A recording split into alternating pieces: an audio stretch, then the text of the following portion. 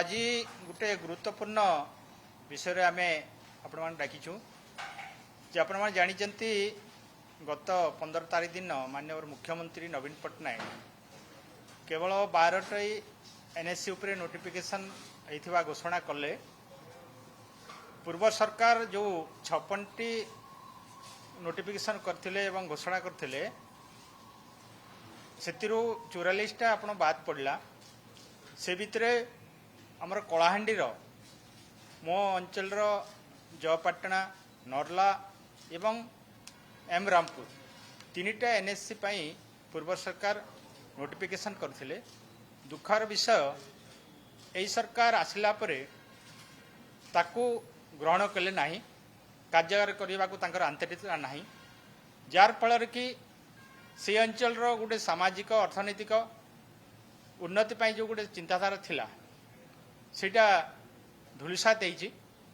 लोक मनरे क्षोभ अच्छी जे आमे जो विकास को लेकिन आलोचना करुछु तो यही सरकार से विकास को पछकु ठेली दौरान विशेषकर कलाहांडी अंचल रे यही सरकार जो प्रकार गोटे चिंताधारा नहीं तांकर कलाहांडी जिला प्रति तांकर आंतरिकता नहीं विकास को आगे नेवाई ये जो एनएससी घोषणा पर आम जापारू जे कलाहांडी को सब अणदेखा करा जाउछि। केवल जे एनएससी नुह अन्यान्य योजनार मध्य विकास को जो प्रकार त्वरान्वित करने कथा आज देखिए कलाहांडी रे सबू विकास द्वारा ठप ही पड़ी।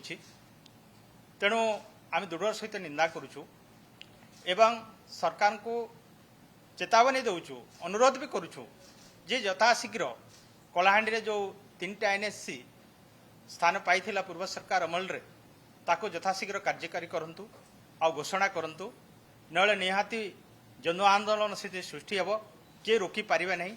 आम लोकों सांगे अच्छू विजु जनता दल, तेणु लोकों सहित ठिया होई आमे निहाती तापाई आमे लड़ाई करवा।